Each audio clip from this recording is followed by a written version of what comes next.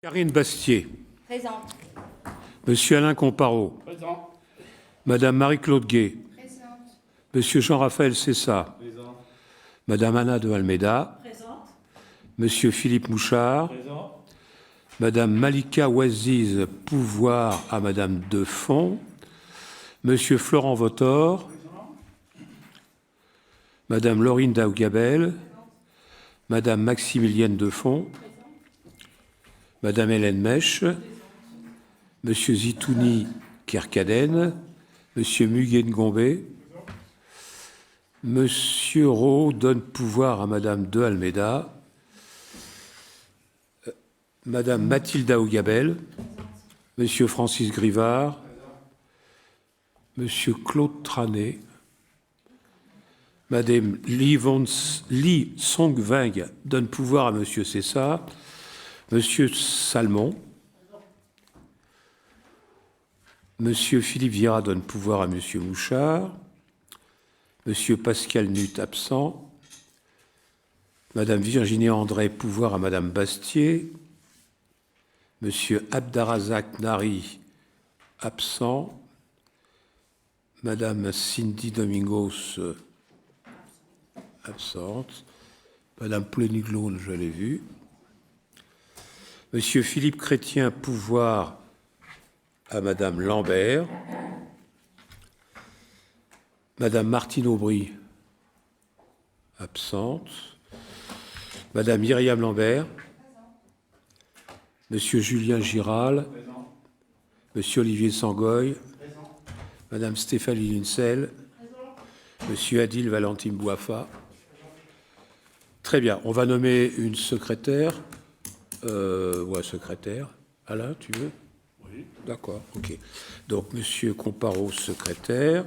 Et donc, nous allons entamer tout de suite les premiers éléments. Alors, la première délibération, enfin, c'est pas une délibération, c'est une approbation, c'est approuver le procès-verbal du jeudi 26 juin 2025. Avez-vous des remarques? Pas de remarques? Donc, on passe au vote. Qui est pour? Unanimité, merci. La deuxième, il n'y a pas de vote. Il peut y avoir que éventuellement des remarques ou des questions. Les décisions du maire. Pas de questions, pas de remarques. Très bien. On passe à la délibération numéro 1. Madame Bastier qui va vous présenter la décision modificative numéro 1 à caractère budgétaire post-BP 2025. Merci, Monsieur le maire. La présente note a pour objet de présenter les principales modifications à intégrer au niveau de l'ADM numéro 1 post-BP 2025 en matière de virement de crédit pour les sections de fonctionnement et d'investissement. En ce qui concerne la section de fonctionnement, au niveau des dépenses, nous avons des crédits non consommés au niveau des dépenses de chauffage dans les gymnases pour moins 6 600 €. Des dépenses supplémentaires pour les réparations de la balayeuse, plus 6 000 €. Un ajustement du montant de fonds de péréquation des ressources intercommunales et communales pour un montant de 5 000 €. Une régularisation comptable d'une cession à titre gratuit d'un véhicule par le GPSEA, c'est donc l'amortissement du bien pour un montant de 15 600 €. Donc le total des dépenses pour la section de fonctionnement s'élève à 20 000 €. En recettes, on a une régularisation comptable de la reprise des subventions reçues non transférables pour 4 400 €. Une régularisation comptable d'une cession à titre gratuit d'un véhicule par le GPSEA, qui est l'amortissement de la subvention pour un montant de 15 600 €. Le total des recettes s'élève à 20 000 €.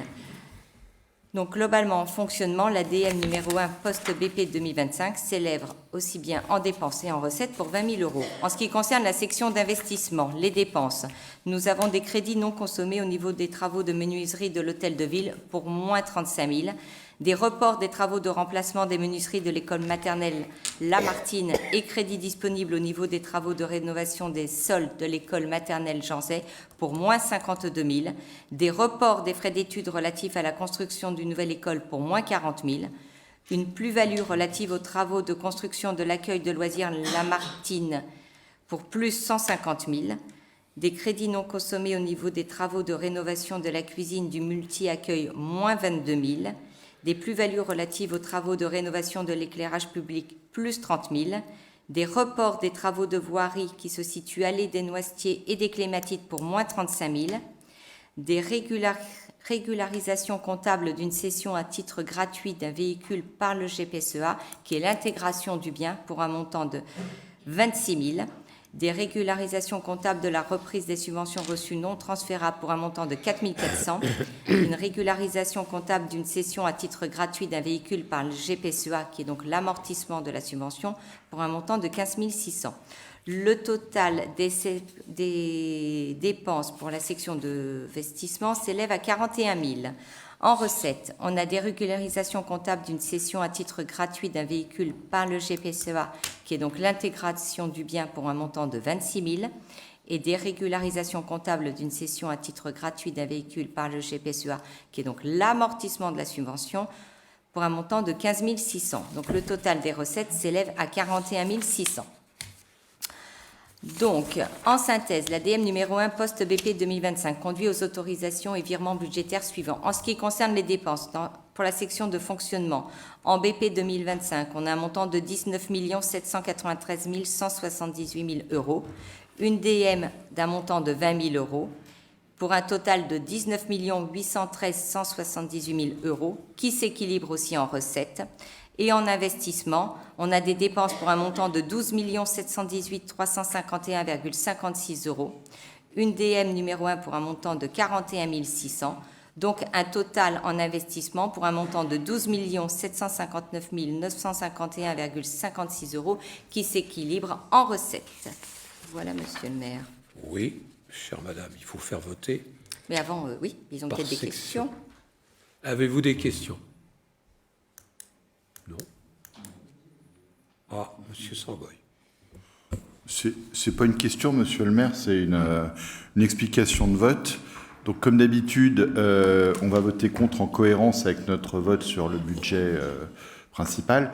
Et ça nous pose strictement aucun problème que dans le vote par chapitre, on fasse même vote, comme on fait souvent, pour aller plus vite. Voilà. Je vous remercie. Très bien. Merci, monsieur Sangoy. Alors, je t'écoute. Du coup, on va voter par chapitre. Voilà. Donc, les crédits non consommés au niveau des dépenses de chauffage dans les gymnases sous total chapitre 933 moins 6 600 en dépenses. Qui est pour? Donc, contre. Ouais. Il n'y a pas de recette. Les dépenses supplémentaires pour les réparations de la balayeuse sous total chapitre 937 en dépenses, on a plus 6 000. Qui est pour? Donc, même vote. Même vote. Pas de recette. L'ajustement du montant de fonds de péréquation des ressources intercommunales et communales, donc pour un montant en dépenses de 5 000 euros. Même vote, pas de recette. Les régularisations comptables d'une cession à titre gratuit d'un véhicule par le GPSEA, qui est l'amortissement du bien pour un montant en dépenses de 15 600 euros. Même vote, pas de recette. La régularisation comptable de la reprise des subventions reçues non transférables, qui sont, elles, des recettes pour un montant de 4 400 euros. Même vote. Et les régularisations comptables d'une cession à titre gratuit d'un véhicule par le GPSEA, qui est donc l'amortissement de la subvention, en recettes 15 600 euros. Même vote. Donc, nous avons des dépenses de fonctionnement et de recettes qui s'équilibrent pour un montant de 20 000 euros. Après, crédit non, ça c'était pour la section de fonctionnement. Sur la section d'investissement, je pense que c'est le même vote aussi, on a des crédits non consommés au niveau des travaux de menuiserie de l'hôtel de ville, qui est le chapitre 900 en dépenses pour un montant de moins 35 000. Même vote, on n'a pas de recette. Le report des travaux de remplacement des menuiseries de l'école maternelle Lamartine et les crédits disponibles au niveau des travaux de rénovation des sols de l'école maternelle Jean Zay, on a des dépenses pour un montant de moins 52 000. Même vote, pas de recette. Le report des frais d'études relatifs à la construction d'une nouvelle école en dépenses, moins 40 000. Pas de recette. Après, la plus-value relative aux travaux de construction de l'accueil de loisirs Lamartine. Nous avons donc des dépenses pour un montant de 150 000. Même vote, nous n'avons pas de recette.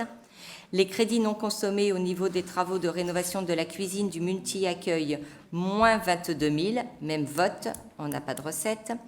La plus-value relative aux travaux de rénovation de l'éclairage public, moins 30 000. Même vote, nous n'avons pas de recette. Le report des travaux de voirie d'allée des Noisetiers et Clématite, moins 35 000. Même vote, nous n'avons pas de recette.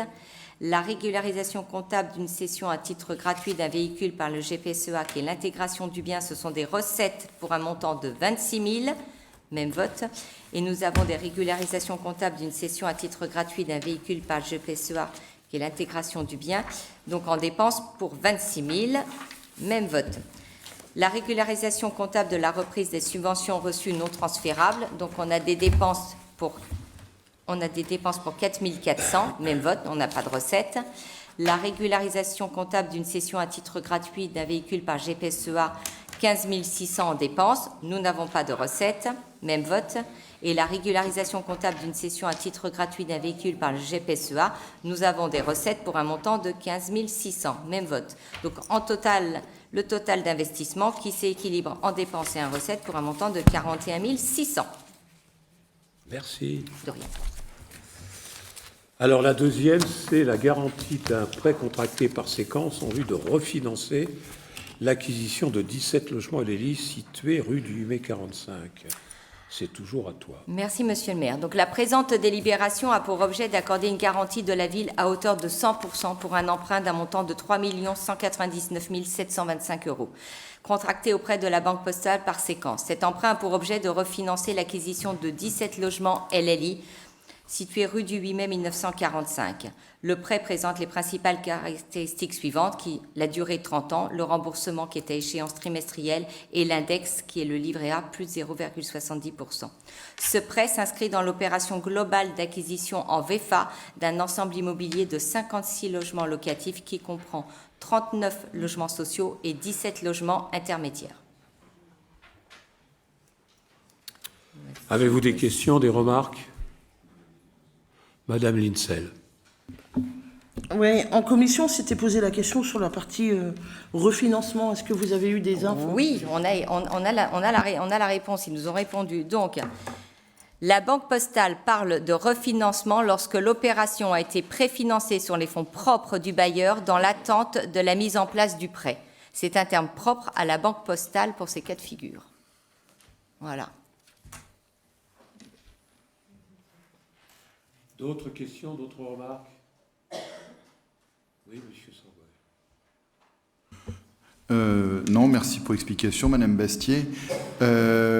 Oui, on s'étonne un peu on donne une garantie sur du logement intermédiaire dans la mesure où les loyers vont être assez proches de ce qu'on trouve dans le privé. Mais bon, on a cru comprendre qu'un peu plus tard, on nous demanderait une garantie pour des logements un peu plus sociaux. Enfin voilà, tout ça pour expliquer qu'on va s'abstenir sur cette délibération. Je vous remercie. Très bien. Pas d'autres questions, pas d'autres remarques? Qui est pour? Qui est contre? Qui s'abstient? Parfait. Merci. Alors, nous sommes au niveau 3. Ah ben voilà. C'est pas vrai, ça. Vous savez qui c'est qui intervient là? C'est le maire, évidemment. Voilà.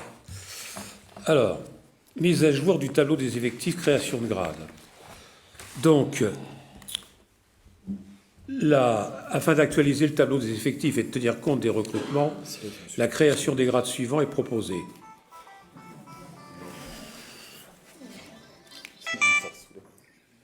Je suis en conseil municipal. Merci. Alors, afin d'actualiser le tableau des effectifs et de tenir compte des recrutements, la création des grades suivants est proposée. Filière police, un grade de... Elle circule. Un grade de gardien brigadier et hors filière, un apprenti. C'est simple. Des questions, des remarques? Non. Qui est pour? Merci. La quatrième, c'est la même chose, sauf que là, ce sont des suppressions. Alors, dans le cadre des avancements de grade des agents communaux ainsi que certains départs, il s'agit de proposer des suppressions des grades suivants. Filière animation, un grade d'adjoint d'animation. Filière technique, un grade d'adjoint technique principal de première classe, un grade d'adjoint technique principal de deuxième classe. Y a-t-il des questions ou des remarques? Pas de questions, pas de remarques? Eh bien, qui est pour? Merci. Alors, Monsieur Ngombé, au travail pour le rapport d'activité Infocom 94. Merci, Monsieur le maire. Conformément à l'article L. 5211-39 du Code général des collectivités territoriales, le président du syndicat mixte du secteur central du Val-de-Marne, Infocom 94, nous a fait parvenir le 29 juillet dernier le rapport d'activité d'Infocom 94 pour l'année 2024. Le rapport 6 juin a été transmis par le directeur général des services d'Infocom 94, M. Vincent Kerbiquet. De manière plus précise, la ville a sollicité Infocom 94 dans le cadre de formation sur les secteurs suivants. Agora Plus, 5 jours de formation. Cimetière, 5 jours de formation. Élection, 5 jours de formation. Finance et comptabilité, 15 jours de formation. GRU, 2 jours de formation. Patrimoine stock, 7 jours de formation. Ressources humaines, 7 jours de formation, ce qui correspond au total à 46 jours de formation. Infocom 94 a résolu les 167 tickets ouverts par la ville sur les principaux supports métiers qui ont demandé une assistance spécifique d'Infocom 94, telle que l'assistance technique pour Agora Plus, pour le scolaire et le périscolaire, l'assistance utilisateur pour Cyril Finance et Cyril Ressources humaines. De manière générale, Infocom 94 a traité 3882 tickets GLPI en 2024, soit une augmentation de 18% par rapport à l'année 2023. Infocom 94 a proposé 155 formations en 2024. À titre informatif, la cotisation en 2024 a été maintenue à 7,73 € par habitant. C'est l'objet du rapport présenté au conseil municipal.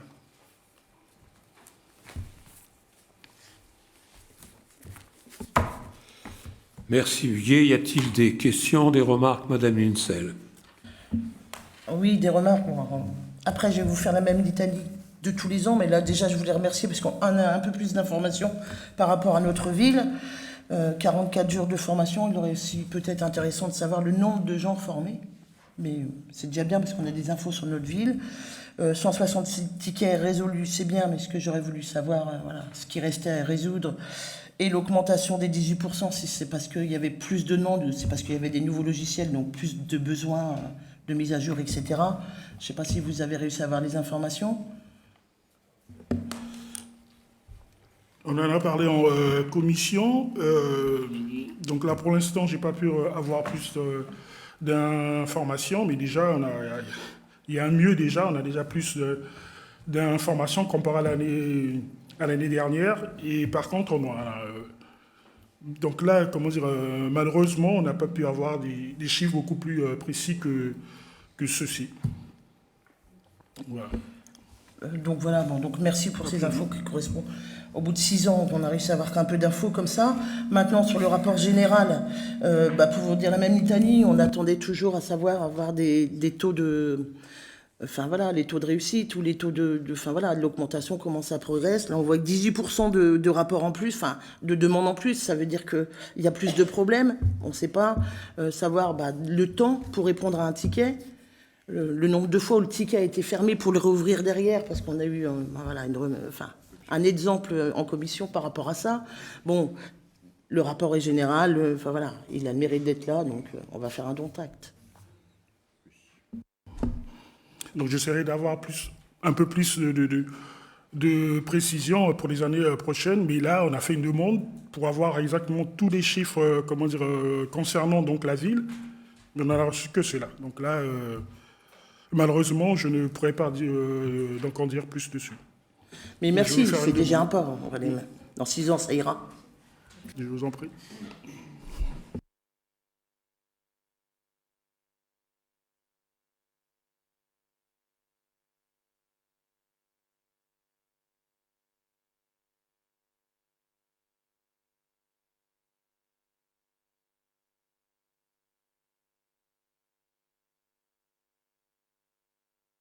Donc, est-ce que tout le monde est d'accord qu'il a été présenté?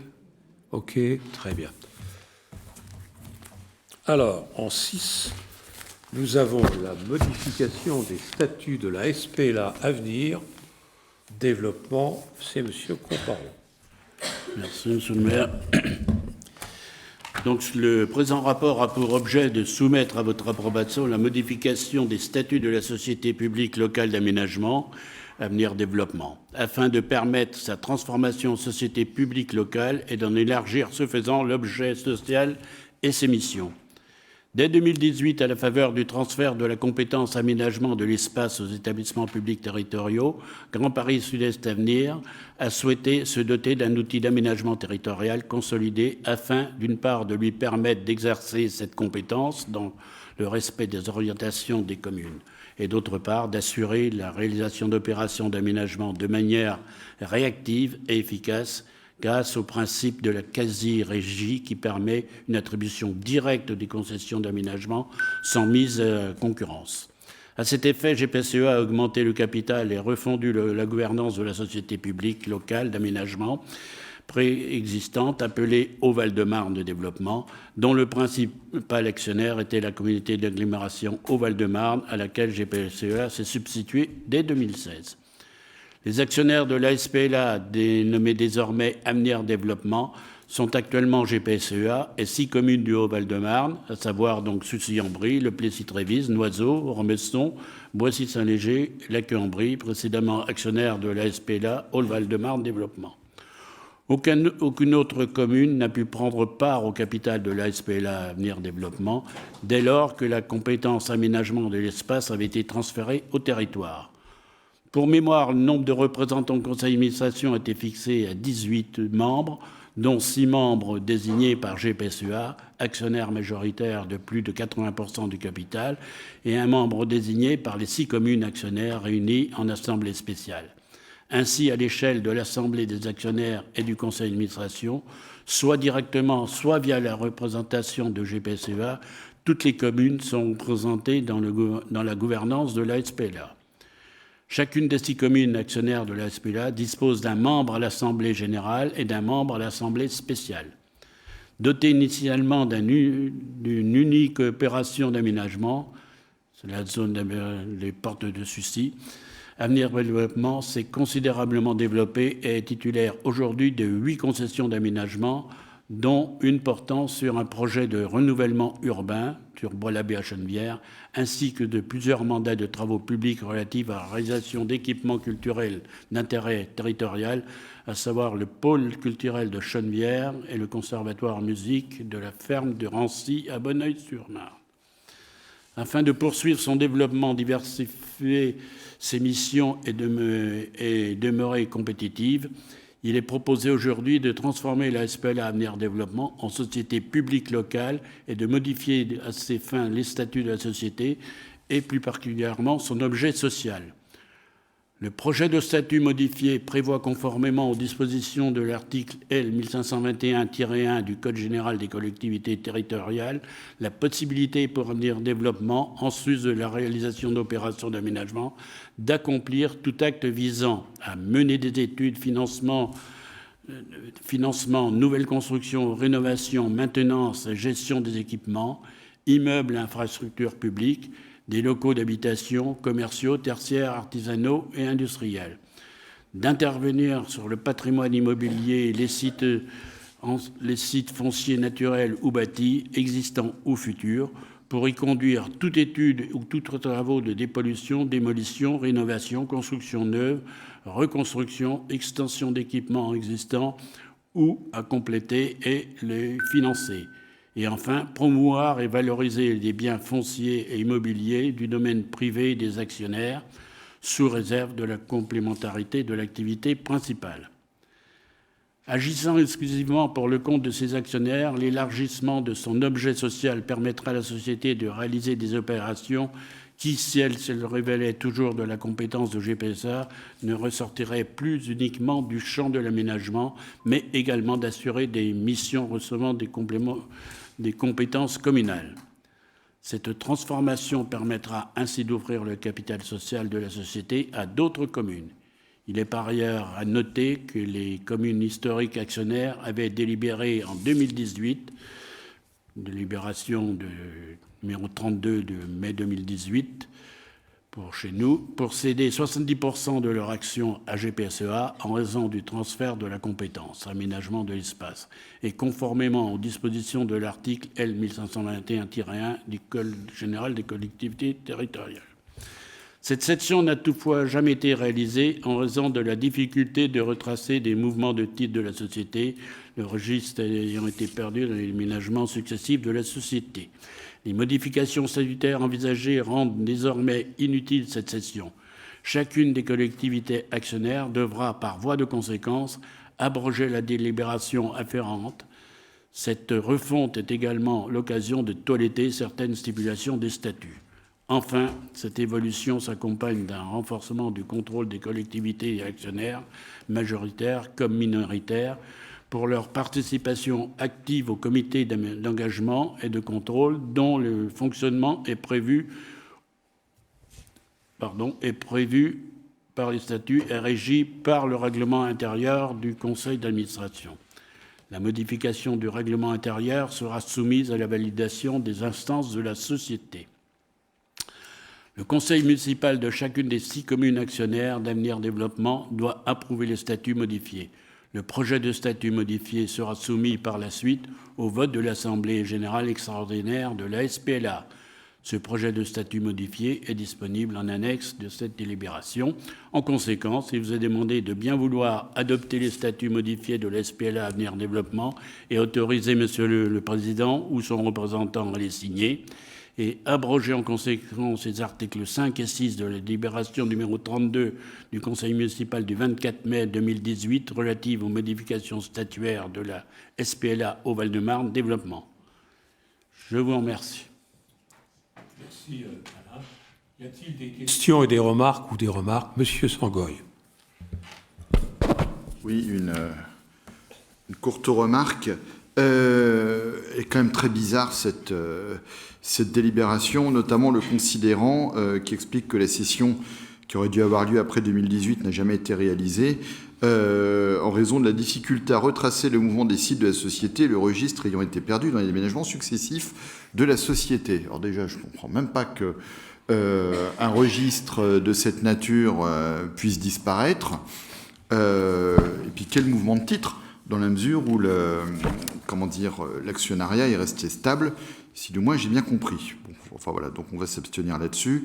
Ceci dit, en écoutant Monsieur Comparo, je me disais que peut-être qu'à l'avenir, la commune pourrait solliciter la SPLA pour mener des études, plutôt que de faire appel sans arrêt à des cabinets d'études privés qui coûtent très cher pour un rendu pas toujours extraordinaire. Voilà, je vous remercie.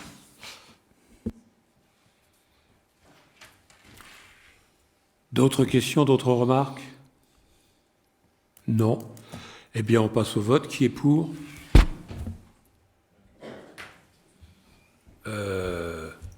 J'ai vu des mains se lever puis se baisser. Qui est contre? Qui s'abstient? D'accord. C'est plus clair comme ça. Alors, maintenant, c'est Madame Mathilde Daoud-Gabel qui va parler de l'approbation et d'autorisation de la signature de la convention de partenariat avec Île-de-France Nature pour fixer la prise en charge des frais d'entretien des espaces naturels régionaux du Plessis-Saint-Antoine et de la vallée du Morbihan. Exact. On t'écoute. On avait délibéré lors du conseil municipal du 28 septembre 2023 l'approbation et l'autorisation de la signature de la présente convention. Donc c'est avec l'agence des espaces verts pour fixer la participation financière aux frais de fonctionnement de l'espace boisé naturel du Plessis-Saint-Antoine et de la vallée du Morbihan pour un montant annuel de 5 800 €. Cette convention était établie pour une durée de 3 ans, donc de 2023 à 2025, donc elle arrive à échéance.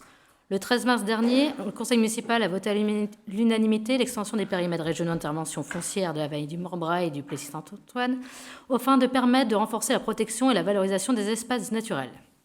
Donc, cette convention, comme la dernière fois, permettra la prise en charge des frais d'entretien des espaces naturels régionaux du Plessis-Saint-Antoine et de la vallée du Morbras, ouverts au public. Donc, c'est sur deux, comme ça on le voit bien, deux espaces. Donc, l'espace du Plessis-Saint-Antoine, c'est 129 hectares. Et donc, elle concerne des espaces boisés, agricoles ou naturels, dans la commune du Plessis et de la Cambrie. Les enjeux du PRIF, donc périmètre régional d'intervention foncière, sont liés à la pression frontière, à la préservation des lisières, à la pérennisation de l'agence d'activité agricole et au maintien de la qualité paysagère. Il y a 11 hectares qui sont propriétés régionales à la Cambrie et gérés par Île-de-France Nature, qui sont ouverts à la fréquentation du public et sont d'intérêt écologique, biodiversité et environnemental, notamment sur le thème de l'eau. La partie sur la vallée du Morbras, qui s'étend sur 189 hectares, concerne les espaces boisés, agricoles ou naturels, toujours, situés uniquement à la Cambrie. Donc les enjeux sont liés à la pression foncière, à la pérennisation de l'agriculture et à la préservation et la mise en valeur de l'écologie des berges du Morbras, ainsi qu'à la restauration des continuités écologiques. 2,3 hectares sont propriétés régionales à la Cambrie et gérées par Île-de-France Nature. Ils sont ouverts à la fréquentation du public et son intérêt biologique, encore une fois, biodiversité et environnemental, notamment sur le thème de l'eau. Donc les mêmes choses que sur le premier propriété.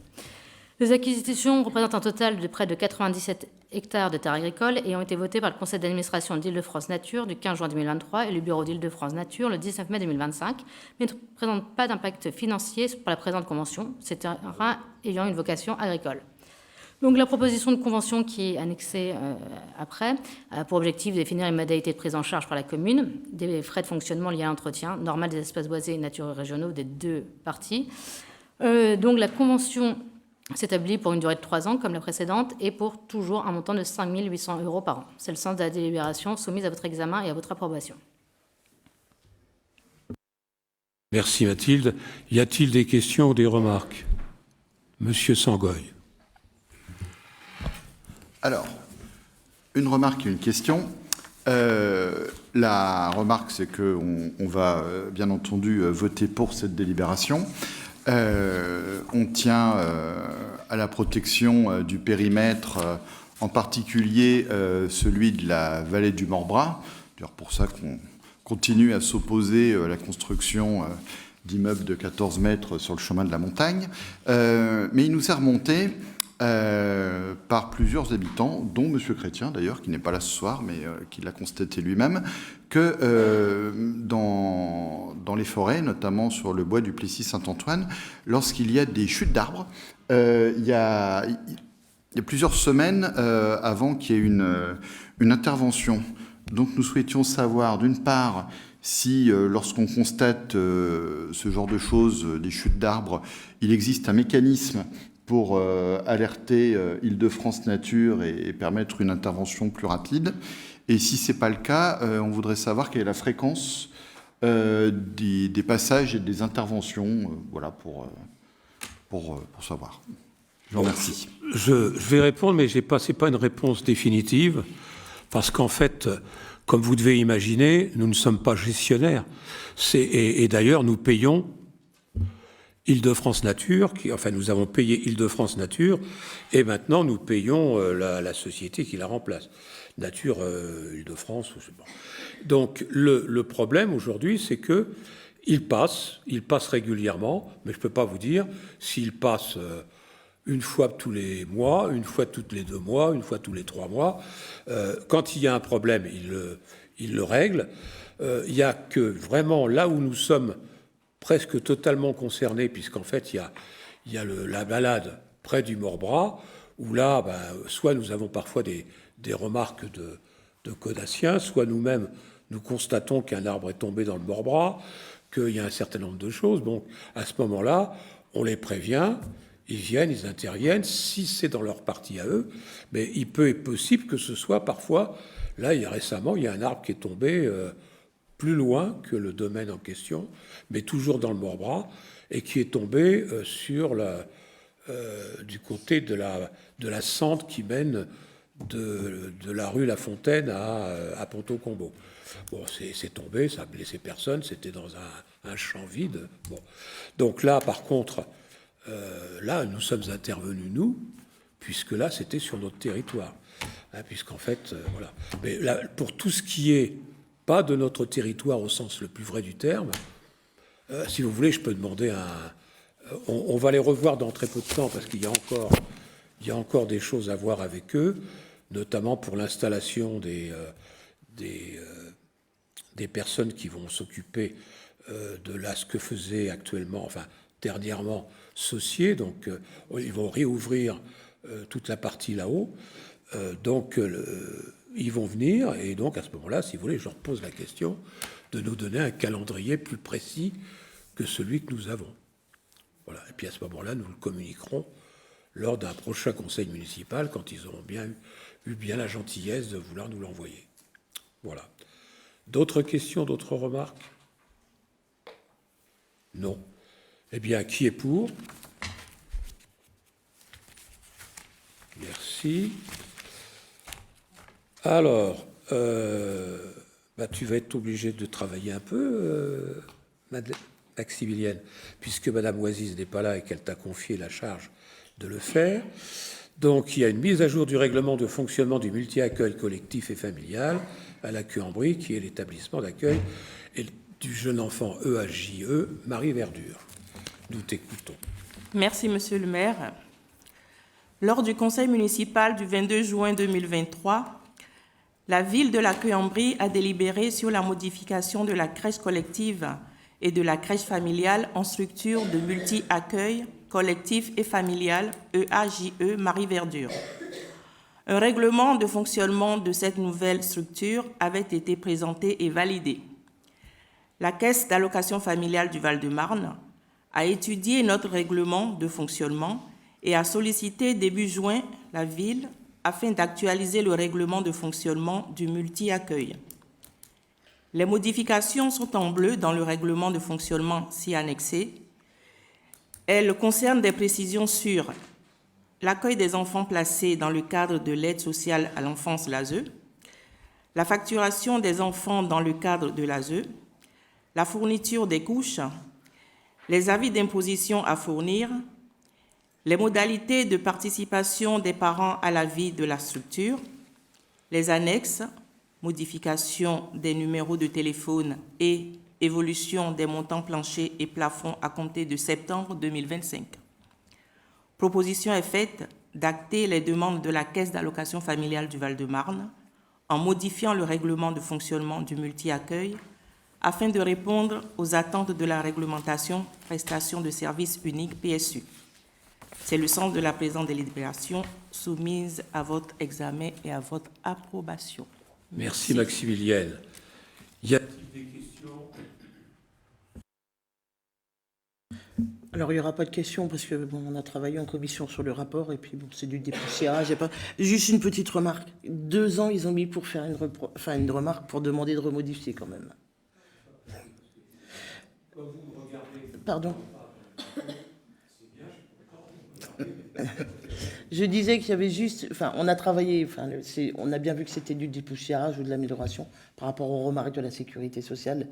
Donc, il n'y a pas de souci. C'est juste la remarque qu'ils ont mis 2 ans pour faire des demandes de modification. Des demandes de modification. C'est tout.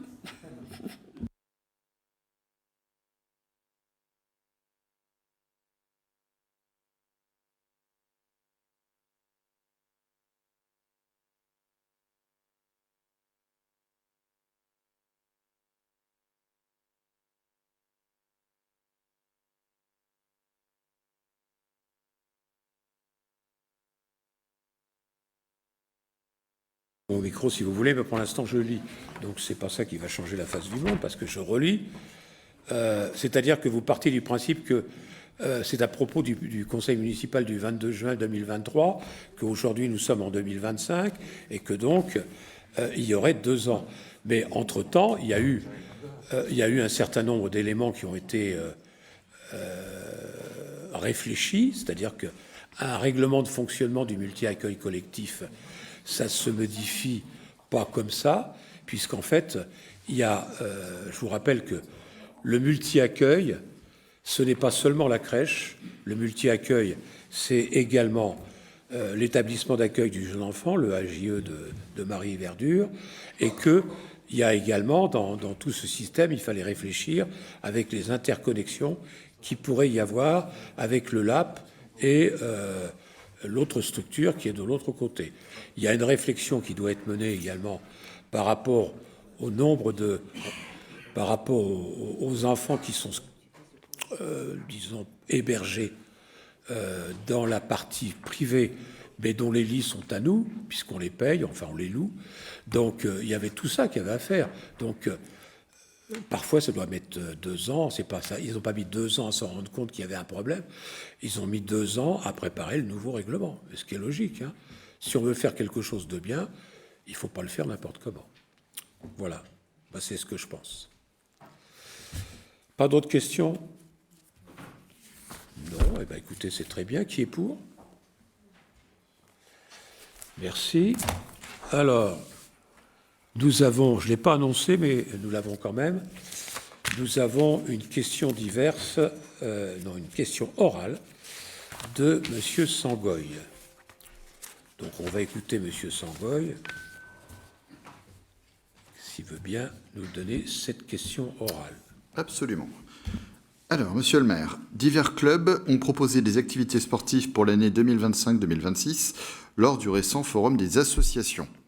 Lors du vote des subventions aux associations en avril dernier, aucune subvention n'a été attribuée à ces clubs et aucune n'a été soumise au conseil municipal de ce soir. Il paraît difficile pour ces clubs de financer leurs activités à des tarifs raisonnables pour les Caudassiens sans participation de notre collectivité locale. Aussi, en dehors du prêt de nos infrastructures sportives, nous souhaitons savoir ce que fait la municipalité pour soutenir ces clubs. Je vous remercie.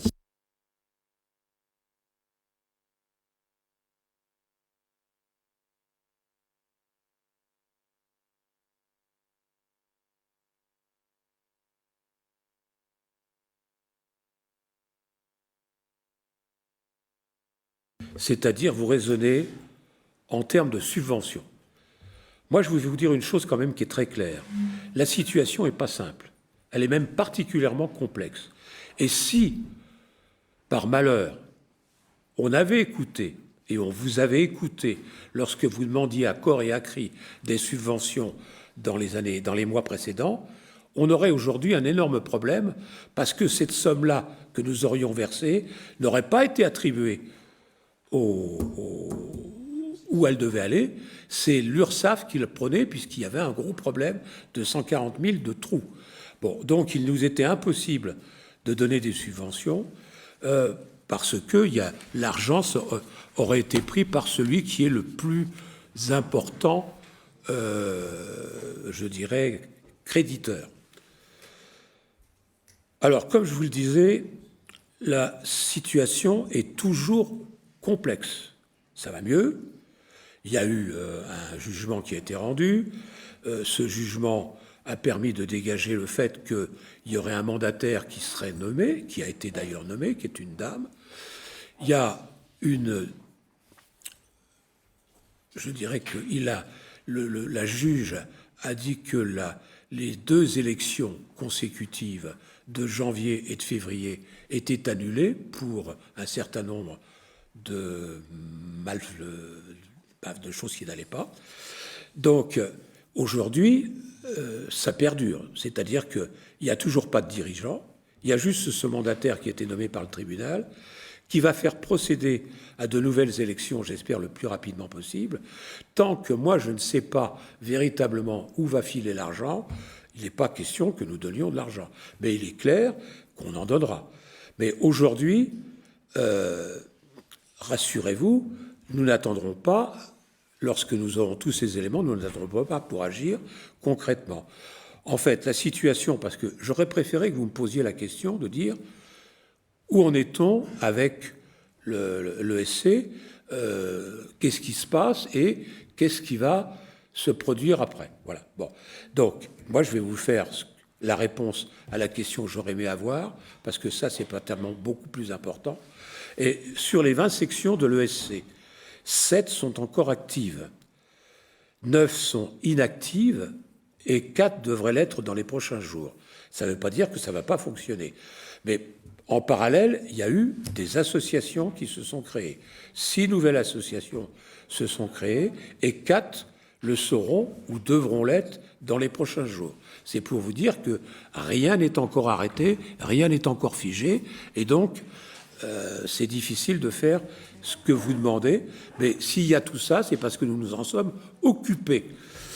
Et nous avons soutenu tous ceux qui étaient soutenables, parce qu'en fait, je n'ai pas soutenu ni le réseau 1, c'est-à-dire l'équipe Mazuc-Lefebvre, je le constate, parce qu'en fait, je ne savais pas, j'avais aucun élément me disant que c'était eux qui avaient raison, et je n'ai pas soutenu non plus ceux qui se sont retrouvés élus, parce qu'en fait, je n'avais pas d'éléments non plus me disant qu'ils avaient été élus en bonne cause. Bon, si l'on compte l'ensemble des activités initialement proposées par l'ESC, il y en a 17 aujourd'hui qui poursuivent sur la ville au sein ou en dehors de l'ESC. Il reste que 3 par rapport aux 20. Les 3, c'est le taekwondo, qui n'existait déjà plus avant cette fameuse élection. Il y a l'éveil omnisport, qui faisait doublon avec une activité que la commune proposait déjà, donc on va reprendre cette activité. Et il y a l'escalade, qui sera reprise également en régie, puisque là, on n'a pas trouvé d'autres solutions, parce que il n'y a pas beaucoup, et c'est une section qui est quand même assez fortement, je dirais, déficitaire. Bon, c'est pas incohérent que nous ayons un moniteur, puisqu'un moniteur qui était là d'escalade, qui travaille sur Sucy, a dit qu'il était prêt à s'engager si nous étions derrière et que c'était nous qui le prenions en régie, puisqu'il est prestataire. Donc on a profité de ça pour dire, bon, on va faire ça et on verra après. Donc le panel des activités sportives qui est proposé sur la ville est donc intact, à part les 3. Mais ça va être les 2 que je vous ai cités, l'éveil omnisport et l'escalade, vont reprendre. Le taekwondo, là, j'ai pas de solution. Et personne n'en avait, même pas le SC à l'époque. Bon, donc, le panel des activités sportives proposées par la ville, sur la ville, est donc intact et un dialogue constructif s'est fait avec chacune des nouvelles associations. Ce dialogue ne s'est pas réduit à un simple prêt de nos infrastructures sportives. C'est ça que je trouve que vous vous arrêtez sur des considérations qui sont un petit peu vexantes. Non, mais c'était quand j'ai lu votre c'était un peu vexant, mais bon, vous savez, je suis au-delà, c'est pour ça que je ne veux pas rentrer dans la discussion. Non, mais monsieur, je ne rentre pas dans la discussion. Ce que je voulais, c'était vous donner des informations, et j'aurais préféré que ce soit des informations que vous me demandiez. Donc, je le fais. Oui. Vous savez, quand on me dit, en dehors du prêt de nos infrastructures sportives, que fait la municipalité, il paraît difficile pour ces clubs de financer leur activité à des tarifs raisonnables pour que les codaciens sans participation de notre collectivité locale. Je crois que c'était sous-entendu, vous n'avez rien donné d'argent, etc. Alors j'ai fait de mauvais sous-entendus. Je vous rappelle que la question orale n'apporte pas de débat. Alors, si vous voulez, je ne vous lis pas la suite, qui est quand même intéressant. Alors, toutes les associations sont viables aujourd'hui pour une raison qui est claire, c'est que, j'irai même beaucoup plus loin, nous avons été contactés au mois de mai ou avril ou mai par un président de section qui nous a dit, voilà, moi je suis très embêté parce que je ne sais pas quoi faire, je ne suis pas payé, je veux bien faire ça pendant un certain temps encore sans être payé, mais il faut que je trouve une solution. Alors je lui dis, et vous en avez trouvé une? Il me dit, oui, je pense que je vais monter une association. Je lui ai dit, allez-y, montez l'association, on verra après. Parce que nous, ce que nous voyons, on avait vu ensemble, et après il y en a d'autres qui se sont groupés, enfin ont fait la même chose, parce que ce que nous craignons, c'est d'avoir un forum avec pas présentable.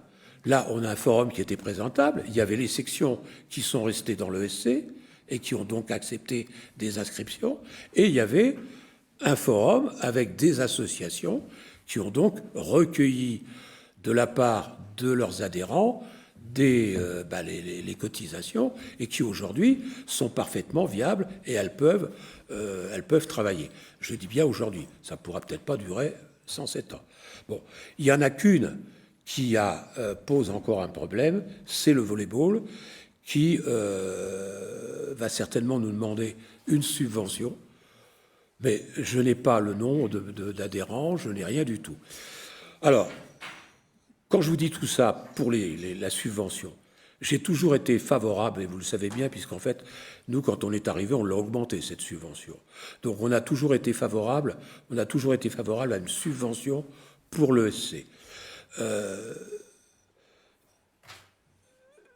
Mais aujourd'hui, ce que je souhaite, c'est qu'elle ne soit pas répartie à la façon de l'ancien président.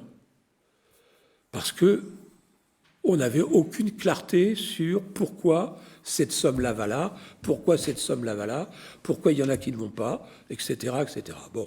Donc, c'est la raison pour laquelle je ne peux pas aujourd'hui donner de subvention. Mon objectif, c'est d'avoir le nombre global d'adhérents dans les sections qui sont à l'ESC, dans les sections qui font partie d'une association. Je ne parle pas des 2 sections qui seront devenues municipales, et à ce moment-là, de répartir au nombre d'adhérents cette subvention, dans un premier temps, peut-être même dans un deuxième temps. Mais pour qu'il y ait une reprise, je dirais, normale de la façon dont ça aurait dû être géré précédemment. Voilà. Donc, le sport, vous le savez, ça reste pour nous un marqueur important de notre ville. Bon, et j'en veux pour preuve le succès du forum, parce que si vous avez été au forum, moi j'ai malheureusement pas pu y aller, mais j'étais régulièrement informé, tout s'est bien passé, il n'y a pas eu de heurts, on pouvait le craindre, mais il n'y en a pas eu, parce qu'en fait on se rend compte qu'aujourd'hui, nous sommes face à des gens raisonnables. Et j'irais même jusqu'à vous dire que celui qui a lancé cette opération au mois de janvier et février, a créé une association pour gérer le tennis. Enfin, comme quoi, tout arrive dans la vie. Donc, voilà. Donc, vous voyez, M. Sangoy, moi, je veux bien répondre à des questions pour lesquelles il y a un intérêt véritable, c'est-à-dire de dire pourquoi. J'espère que j'avais bien compris votre question en la lisant la première fois, que je l'ai plutôt plus mal compris la deuxième fois, mais que ce que je vous ai dit correspond à votre demande. On est d'accord. Très bien. Eh bien, je vous en remercie. Et nous avons terminé ce conseil municipal. Et le prochain, on vous a dit que celui était éliminé, celui de novembre.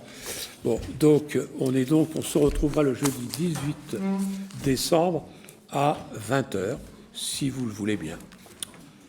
Voilà, merci et bonne soirée. Vous avez encore le temps de passer une bonne soirée parce qu'il n'est pas trop tard. Voilà.